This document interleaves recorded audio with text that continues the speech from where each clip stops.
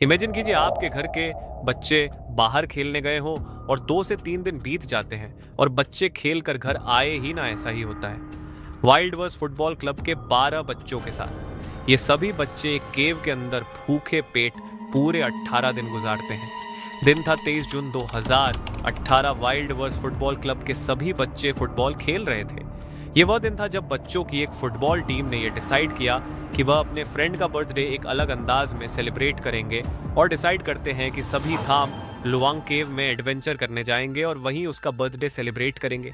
ये केव थाईलैंड के पोंगपा विलेज में लोकेटेड है, जो कि 10 किलोमीटर से भी ज्यादा तक फैली हुई है और 85 मीटर तक गहरी है, जो कि बड़े बड़े लाइमस्टोन के पहाड़ों के अंदर है। इसके अंदर जाना काफी एडवेंचर भरा हो सकता है, लेकिन उतना ही खतरनाक भी। बच्चे ये डिसाइड करते हैं कि इस प्लान के बारे में कोई भी अपने घर पर किसी को नहीं बताएगा, और यही उनकी लाइफ की सबसे बड़ी गलती थी, क्योंकि इन बच्चों के साथ अब जो होने वाला था वह उन्होंने कभी सोचा भी नहीं होगा। ये टोटल 12 बच्चे थे, जिनकी उम्र 11 से 16 साल के बीच की थी, जिन्होंने ये बर्थडे सेलिब्रेशन का भयानक प्लान डिसाइड किया था और इस प्लान में अपने 25 साल के कोच को भी शामिल कर लिया था। फिर वो सब अपनी अपनी बाइसिकल पर बैठकर थाम लुआंग केव पर पहुंच गए और अपनी अपनी बाइसिकल्स और बैग्स को केव के बाहर रखकर केव को एक्सप्लोर करने के लिए चल दिए। ये सोचकर कि अभी बस थोड़ी देर की तो बात है, कोच के लिए ये कोई नई बात नहीं थी, क्योंकि वो इस केव में कहीं बार 8 किलोमीटर से भी ज्यादा तक अंदर जाकर केव की एक वॉल पर अपने नए फुटबॉल टीम के प्लेयर्स का नाम वॉल पर लिखते थे। तो इन्होंने यही सोचा कि वहां जाकर ही इसका बर्थडे सेलिब्रेट किया जाए। उनके पास बस टॉर्च थी और कुछ नहीं, क्योंकि इन्होंने सोचा कि बस 1 घंटे के अंदर अंदर हम सब बर्थडे सेलिब्रेट करके बाहर आ जाएंगे। लेकिन बाहर मौसम खराब होने लग गया और बारिश आना शुरू हो गई थी। लेकिन उन बच्चों को इस बात का जरा सा भी अंदाजा नहीं था, क्योंकि वह रात को केव के बहुत अंदर तक चले गए थे, जिससे बाहर क्या हो रहा है उनको कोई खबर नहीं थी। काफी समय बीत गया था और बच्चों के पेरेंट्स भी अब चिंता में आ गए थे कि आखिर इतना लेट हो गया और बच्चे अभी तक फुटबॉल खेलकर घर नहीं लौटे। बच्चे केव के अंदर थे तो उनके फोन्स में सिग्नल्स भी नहीं आ पा रहे थे, जिसके चलते पेरेंट्स उनसे कम्युनिकेट भी नहीं कर पा रहे थे और उनको कोई अंदाजा नहीं था कि उनके बच्चे कहाँ पर हैं। लेकिन जब उन्होंने फुटबॉल क्लब में पूछा तो उन सबको ये पता चला कि उनके बच्चे थाम लुआंग केव में एडवेंचर करने के लिए गए हैं, जिसे सुन के वो सब बहुत घबरा गए। जब सारे पेरेंट्स केव पर पहुंचे तो उन्होंने पाया कि बच्चों के बैग्स और बाइसिकल केव के बाहर पड़ी थी, जिसका सीधा सा मतलब यही था कि बच्चे अभी भी केव के अंदर हैं। और ये देखकर वह डर गए।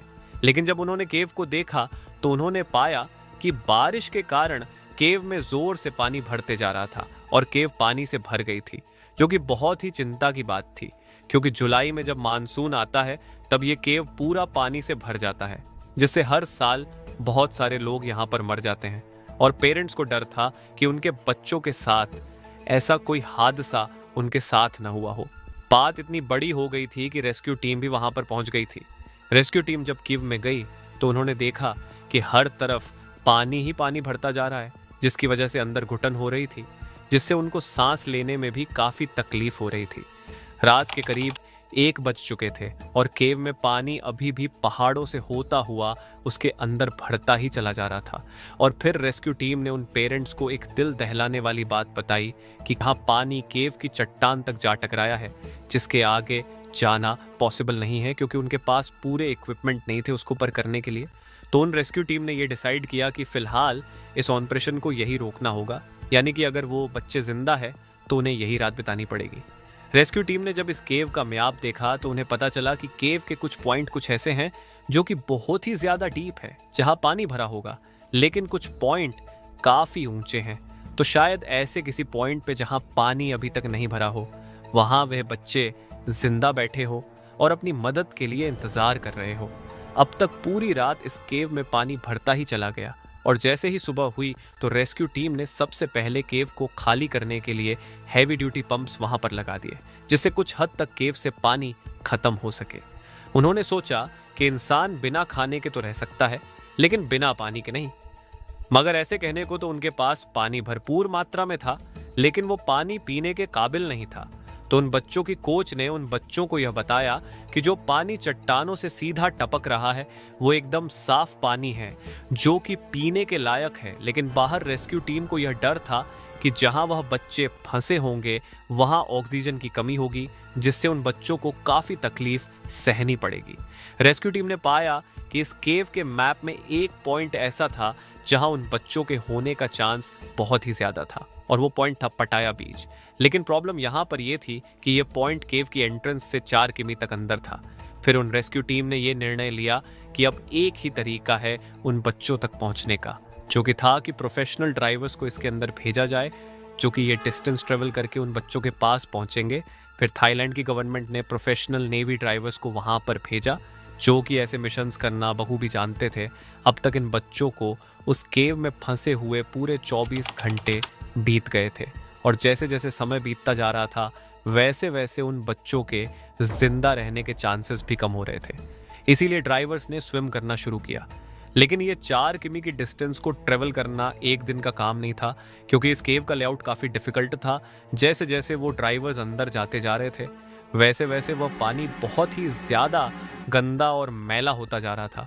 एक पॉइंट ऐसा आया जहां पर उनको अपने हाथ भी नहीं दिख रहे थे। ये ड्राइवर्स अपने साथ एक रस्सी को भी छोड़ते जा रहे थे, जिससे वापस आने में आसानी हो। उनके लिए अंदर जाना बहुत ही मुश्किल था, लेकिन बाहर वह इस रस्सी के सहारे आसानी से आ पा रहे थे। करीब 2 दिन बाद वे एक ऐसे पॉइंट पर पहुंच गए थे जहां पानी नहीं था। अच्छी बात यह थी कि इस पॉइंट पर किसी भी बच्चे की डेड बॉडी नहीं मिली, लेकिन इसका मतलब यह था कि बच्चे अभी भी बहुत दूर हैं। हालांकि ये ड्राइवर्स थे तो बहुत एक्सपर्ट, लेकिन इनको केव रेस्क्यू का ज़रा सा भी एक्सपीरियंस नहीं था, जिस वजह से इनको हर एक कदम उठाने में काफ़ी समय लग रहा था।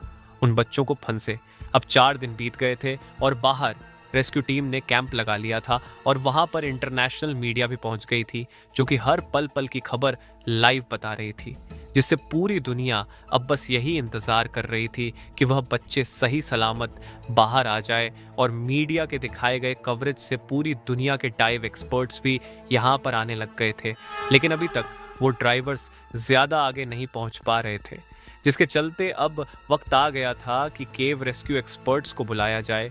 तो फिर ब्रिटिश केव रेस्क्यू एक्सपर्ट्स को बुलाया गया। तो उन्होंने आते ही सबसे पहले ये कहा कि पहले केव के पानी को खाली करने का काम और तेजी से किया जाए, जहां पर सिर्फ पहले एंट्रेंस पॉइंट से पानी खाली किया जा रहा था।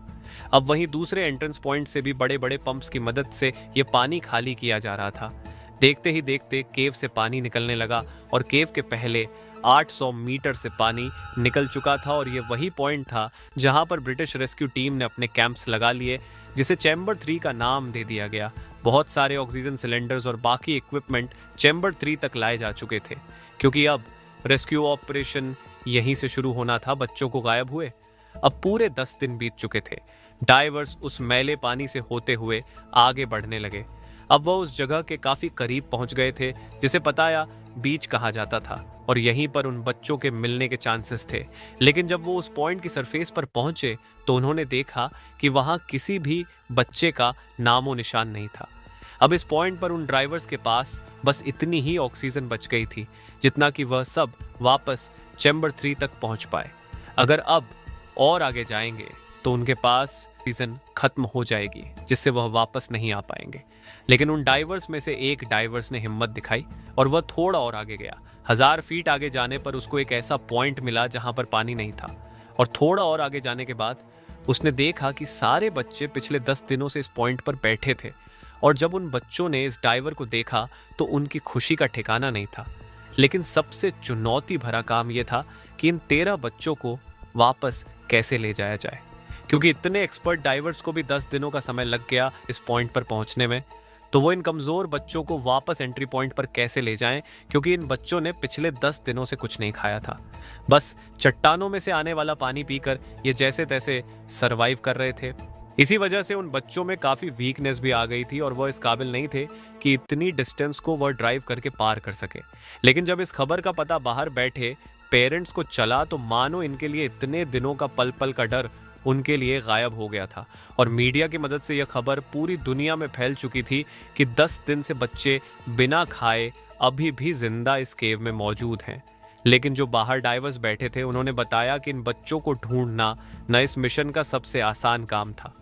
सबसे मुश्किल हमारे लिए ये होगा कि इन बच्चों को सही सलामत बाहर कैसे लाया जाए। लेकिन इसी बीच उन बच्चों को सबसे पहले खाना दिया गया और थाईलैंड के एक डॉक्टर को अंदर भेजा गया, जिन्होंने उन बच्चों की मरहम पट्टी की। इन बच्चों ने बताया कि जब इस केव में पानी भर रहा था तो जो भी वह खाना अपने साथ लेकर आए थे वह अफरा तफरी में कहीं गिर गया था। और उन्होंने बताया कि हमारे कोच भी हमें रोज मेडिटेशन करवाते थे, जिससे उन बच्चों में उल्टे सीधे ख्याल ना आ पाए, जिससे इनके दिमाग और शारीरिक स्तर पर कोई प्रभाव ना पड़े। डाइवर्स ने देखा कि बाहर के मुकाबले यहाँ केव में 15% कम ऑक्सीजन थी और उनका मानना था कि यह स्तर अगर 2% और कम हुआ तो इन बच्चों को एक एक करके अपनी जान से हाथ धोना पड़ जाएगा और ऐसा ना हो। इसीलिए उन्होंने जैसे तैसे करके एक एक ऑक्सीजन सिलेंडर को उस जगह पहुंचाया जहां वो बच्चे फंसे हुए थे। डाइवर्स एक एक करके सिलेंडर्स लेके आ रहे थे। इसी बीच एक हादसा हो गया जो कि किसी ने नहीं सोचा होगा। दरअसल रेस्क्यू ऑन ऑपरेशन के 14वें दिन रात 1 बजे एक डाइवर और ऑक्सीजन सिलेंडर बच्चों को देकर वापस चेंबर 3 की तरफ आ रहा था कि तभी उसने अपने आप को पानी में छोड़ दिया। ये देख उसके पीछे वाले डाइवर्स जब ये देखा तो वह उसे खींचकर चेंबर 3 तक ले आया, जहां ये देखा गया कि वो डाइवर सांस नहीं ले रहा था। तो तुरंत उसे एम्बुलेंस के जरिए हॉस्पिटल रवाना किया गया, जहां उसने अपना दम तोड़ दिया। इस डाइवर का नाम था समन गुणन और यह थाईलैंड नेवी का रेस्क्यू डाइवर था। सारे रेस्क्यू डाइवर में एक शौक की घड़ी आ गई थी और उन बच्चों के लिए ये एक बहुत ही दुख भरी बात थी कि अब वह इस केव को कैसे पार करेंगे। अब रेस्क्यू टीम को एक ऐसा प्लान चाहिए था जिससे ये बच्चे आसानी से बाहर आ जाए। पहले ये डिसाइड किया गया कि जहां बच्चे हैं वहीं ऊपर से ड्रिल करके उनको बाहर लाया जाए, लेकिन इसको करने में उनको 1 महीना भी लग सकता था। भले ही समय ज्यादा लगता, लेकिन यहाँ पर प्रॉब्लम ये थी कि अगर एक भी छोटी बड़ी गलती हो गई तो ये केव ढह सकती है, जिससे वो बच्चे मर सकते हैं। फिर उन्होंने सोचा कि क्यों ना मानसून खत्म होने तक का इंतजार किया जाए, जिसको खत्म होने में अभी 2 महीने का समय था, जिससे पानी कम हो जाएगा और उन बच्चों को आसानी से बाहर भी लाया जा सकता है। लेकिन मानो प्रॉब्लम्स तो उनके सर पर चढ़ गई थी, क्योंकि उनको जब वेदर रिपोर्टर से यह पता चला कि अगले हफ्ते नॉर्थर्न थाईलैंड में एक भयानक तूफान आने वाला है, जिसका पता जब रेस्क्यू टीम को पड़ा तो मानो उनके होश ही उड़ गए, क्योंकि केव पहले से ही इतना पानी से भरा हुआ था और अगर और बारिश हुई तो यह केव पूरा पानी से भर जाएगी, जिसके बाद इन बच्चों को बचाना नामुमकिन हो जाएगा। इसीलिए उनका अपना मानसून के चले जाने तक का प्लान बदलना पड़ा और कोई ऐसा प्लान तुरंत सोचना था जो कि उस तूफान से आने से पहले इन बच्चों को बचा सके। और एक प्लान यही था कि पानी के जरिए ही इन बच्चों को बाहर लाया जाए। लेकिन अगर इन बच्चों को डाइव करवाया गया तो शायद वह इतनी दूरी तय करते करते डर गए तो दिक्कत आ जाएगी। इसलिए एक ऐसा प्लान बाद में सोचा गया जिस पर सभी रेस्क्यू टीम्स ने एग्री कर लिया था। वैसे ये प्लेन था तो बहुत रिस्की, लेकिन तूफान से पहले इन बच्चों को बचाने का यही एकमात्र तरीका था। तो 10 जुलाई 2018 ये रेस्क्यू ऑन ऑपरेशन का 18वां दिन था, जब सुबह सुबह डॉक्टर रिचर्ड हैरिस, जो कि एक केव ड्राइवर भी थे, वो उन बच्चों के पास पहुंचे और एक एक करके हर एक बच्चे को एनेस्थीसिया दिया गया। वैसे ये एनेस्थीसिया तो सर्जरी के दौरान दिया जाता है, जिससे पेशेंट को नींद आ जाए, लेकिन उनको बस उस अमाउंट का एनेस्थीसिया उन बच्चों को देना था जिससे उन बच्चों को नींद भी ना आए, लेकिन उनका दिमाग किसी भी खतरनाक या खौफ पर रिएक्ट ना करे। एनेस्थीसिया देने के बाद उन लड़कों को एक फुल स्टेज मास्क पहनाया गया, जिसमें से पानी तो अंदर नहीं जा सकता था, लेकिन एक पाइप के जरिए उनके पास पर्याप्त ऑक्सीजन जा रही थी। अब इसके बाद एक रेस्क्यू डाइवर एक बच्चे को लेकर निकला। यह करीब 1 घंटे का सफर था, जो कि चेंबर 3 तक का था, और यह सफर आसान भी नहीं था, क्योंकि बीच में कोई जगह सिर्फ 2 फीट जितनी चौड़ी थी, पानी के अंदर ज्यादा कुछ नजर नहीं आ रहा था और बच्चों को एनेस्थीसिया दिया हुआ था, जिससे वह आधे नींद में थे और इन जगहों में ज्यादा रिएक्ट नहीं कर रहे थे। फिर आखिरकार 8 जुलाई को 4 डाइवर 4 बच्चों को केव से बाहर निकालने में सफल होते हैं, लेकिन अब भी 8 बच्चे केव में फंसे हुए थे। मैं फिर ऑक्सीजन सिलेंडर खत्म होने के कारण उन्हें 10 घंटों तक रिफिल करा गया और फाइनली 9 जुलाई को 4 बच्चों को बाहर निकाला गया और फिर 10 जुलाई को पूरे 18 दिन बाद बाकी बचे 4 बच्चे और कोच को निकाला गया। इस प्रकार यह डिफिकल्ट मिशन कंप्लीट हुआ, लेकिन बच्चों को बचाने के चक्कर में समानन गुणन ने अपनी जान दांव पर लगा दी थी, जिसके बाद इस केव के सामने उसका एक स्टेच्यू भी बनवाया गया। तो दोस्तों, ये थी थाई केव की रेस्क्यू कहानी। ऐसे ही कॉलेज के 10 दोस्त केव में जाते और केव में पानी भरने लग जाता है। इस इंसिडेंट को देखने के लिए ऊपर क्लिक करें और वीडियो अच्छा लगा हो तो सब्सक्राइब जरूर कीजिएगा। Thank you.